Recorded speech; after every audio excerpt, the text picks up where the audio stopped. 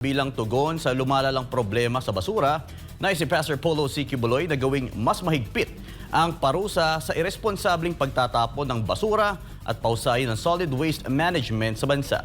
Si Daniela Paulite magbabalita.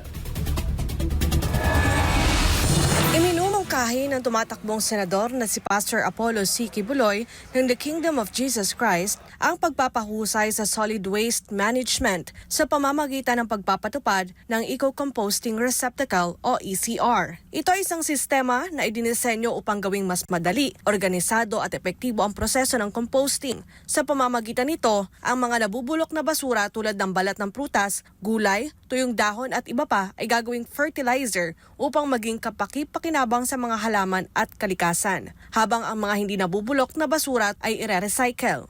It is one of the most effective yet cheapest technologies in waste management using natural methods of decomposition. Ang ganitong sistema ay napatunayan ng epektibo dahil mismo sa Kingdom of Jesus Christ ay ipinapatupad ito ni Pastor Apollo. Sa KOJC mayroong tinatawag na Material Recovery Facility kung saan pinaghihiwalay at pinoproseso ang mga recyclable at non-recyclable na mga basura. Ang ECR ay nakatutulong na mapigilan ang mabahong amoy sa kapaligiran. Mura at madali pa itong itayo at madali lang i-operate. Ang ganitong sistema ay pinapatupad din sa ibang bansa tulad ng Germany, Sweden, Japan at iba pang bansa.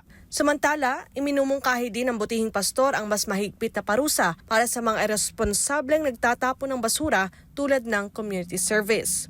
And again, dapat talaga yung local government unit mismo, sila mismo ang i-augment natin, sila mismo ang ipupush natin para mag-oversee ng itong problema, lalo sa solid waste. Naniniwala si Pastor Apollo C. Kibuloy na ang maduming kapaligiran ay maaaring mag-udyok ng kriminalidad, samantala ang kalinisan naman ay nag-uudyok ng mga pagpapala. Para sa Diyos at sa Pilipinas kong mahal, Daniela Paulite, SMNI News.